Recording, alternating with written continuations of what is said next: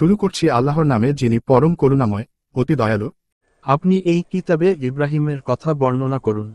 নিশ্চয় তিনি ছিলেন সত্যবাদী নবী। যখন তিনি তার পিতাকে বললেন, হে আমার পিতা, যে শোনে না, দেখে না এবং তোমার কোনো উপকারে আসে না, তার ইবাদত কেন করো?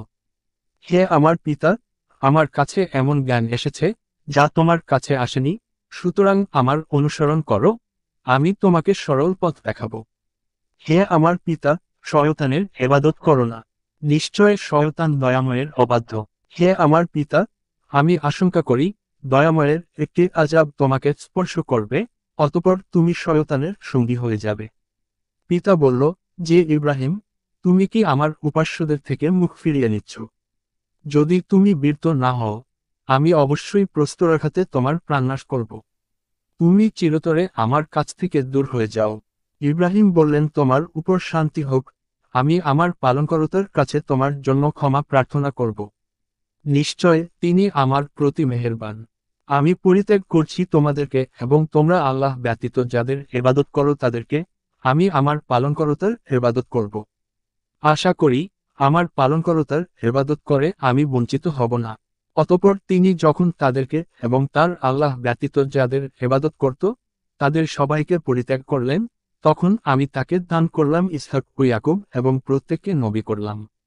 আমি তাদেরকে দান করলাম আমার অনুগ্রহ এবং তাদেরকে দিলাম সমুচ্চ সুখ্যাতি। এই কিতাবে মুসার কথা বর্ণনা করুন। তিনি ছিলেন মনোনীত এবং তিনি ছিলেন রাসূল, নবী। আমি তাকে আহ্বান করলাম তোর পাহাড়ের ডান দিক থেকে এবং ভূতত্ত্ব আলোচনার উদ্দেশ্যে তাকে নিকটবর্তী করলাম। আমি নিজ অনুগ্রহে তাকে দান করলাম তার ভাই হারুনকে নবীরূপে। এই কিতাবে ইসমাইলের কথা বর্ণনা করুন।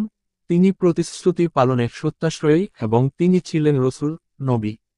তিনি তার পরিবারবর্গকে নামাজ ও জাকাত আদায়ের নির্দেশ দিতেন এবং তিনি তার পালনকর্তার কাছে পছন্দনীয় ছিলেন। এই কিতাবে ইদ্রিসের কথা আলোচনা করুন। তিনি ছিলেন সত্যবাদী নবী। আমি তাকে উচ্চে উন্নীত করেছিলাম। এরাই তারা নবীগণের মধ্য থেকে যাদেরকে আল্লাহ তাআলা নেয়ামত দান করেছেন। এরা আদমের বংশধর এবং যাদেরকে আমি নূহের সাথে নৌকায় আরোহণ করিয়েছিলাম তাদের বংশধর, এবং ইব্রাহিম ও ইসরায়েলের বংশধর এবং যাদেরকে আমি পথ প্রদর্শন করেছি ও মনোনীত করেছি তাদের বংশোদ্ভূত। তাদের কাছে যখন দয়াময় আল্লাহর আয়াতসমূহ পাঠ করা হতো তখন তারা সেজদায় লুটিয়ে পড়ত এবং ক্রন্দন করত। অতঃপর তাদের পরে এলো অপদার্থ পরবর্তীরা। তারা নামাজ নষ্ট করল এবং কুপ্রবৃত্তির অনুবর্তী হল। সুতরাং তারা অচিরেই পথভ্রষ্টতা প্রত্যক্ষ করবে। কিন্তু তারা ব্যতীত যারা তওবা করেছে, বিশ্বাস স্থাপন করেছে, সুতরাং তারা জান্নাতে প্রবেশ করবে এবং তাদের উপর কোনো জুলুম করা হবে না।